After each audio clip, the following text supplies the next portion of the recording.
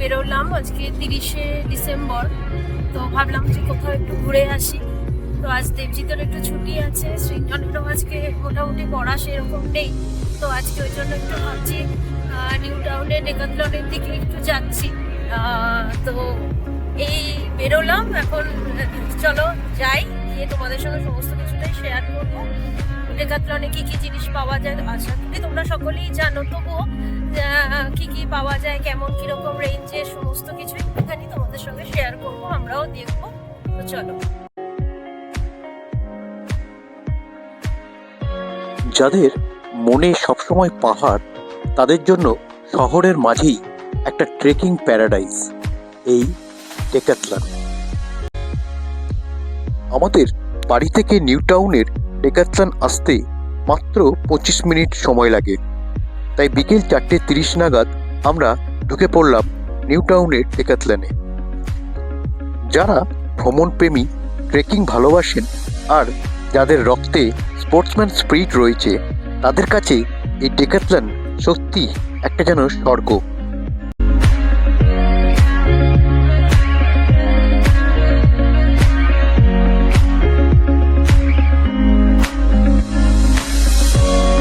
বাংলায় একটা কথা আছে, হিরে থেকে চিড়ে। সেই কথাটাই এখানে একদম কেটে যায়। ভ্রমণ হোক, ট্রেকিং হোক বা স্পোর্টস, সব কিছুর জন্যই যা কিছু দরকার এই একই জায়গায়, এক ছাদের তলায় পাওয়া যাবে।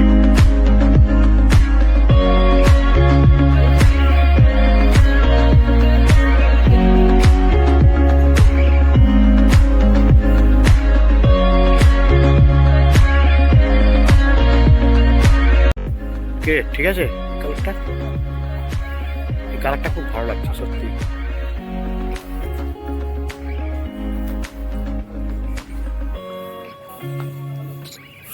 আমি যেহেতু ভ্রমণ প্রিয়, তাই কলকাতার প্রায় সমস্ত ডেকাথলনের আউটলেটেই আমার ঘোরা হয়ে গেছে। কারণ ভ্রমণ, ট্রেকিং বা অ্যাডভেঞ্চারের প্রস্তুতি মানেই ডেকাথলন।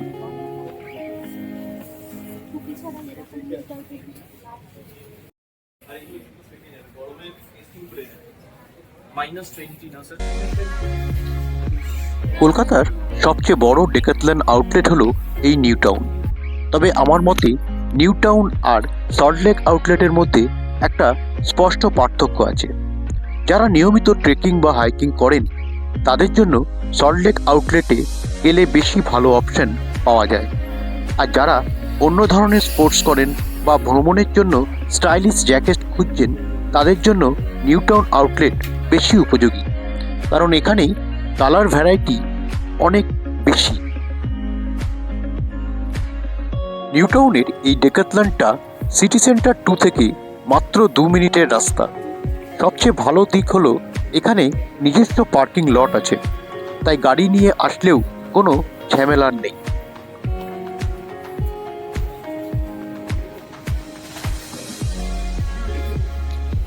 আমি নানা ধরনের ট্রেক করেছি, আর সেই অভিজ্ঞতা থেকেই বলছি, ডেকাথলনের জিনিস মানেই ভরসা।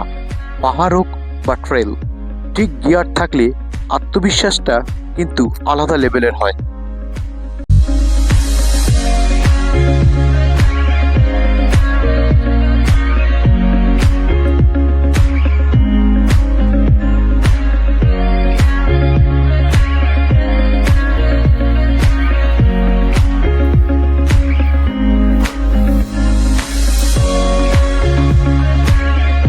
দারুণ সেকেন্ড লেয়ারটা আছে, বাজার মৌপিয়ারি দেখছি, যা সুন্দর লাগছে দেখতে।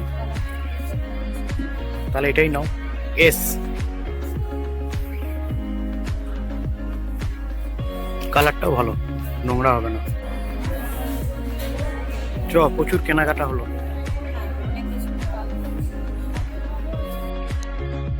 বন্ধুরা, আমার তো কেনাকাটা হয়ে গেল। আপনারা কবে আসছেন? না, এটা কোনো পেড প্রমোশন না, শুধু আমার নিজের পাস্ট এক্সপিরিয়েন্স আপনাদের সঙ্গে শেয়ার করলাম।